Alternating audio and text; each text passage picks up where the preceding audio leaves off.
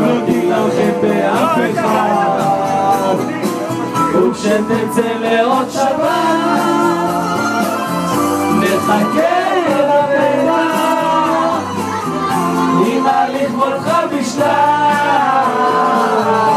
שאותך כמו פרח על השרה אצלך בבית אני זוכר מה שהבטחת ישמור עליך אלוהים לחזור הביתה רגע אצלך בבית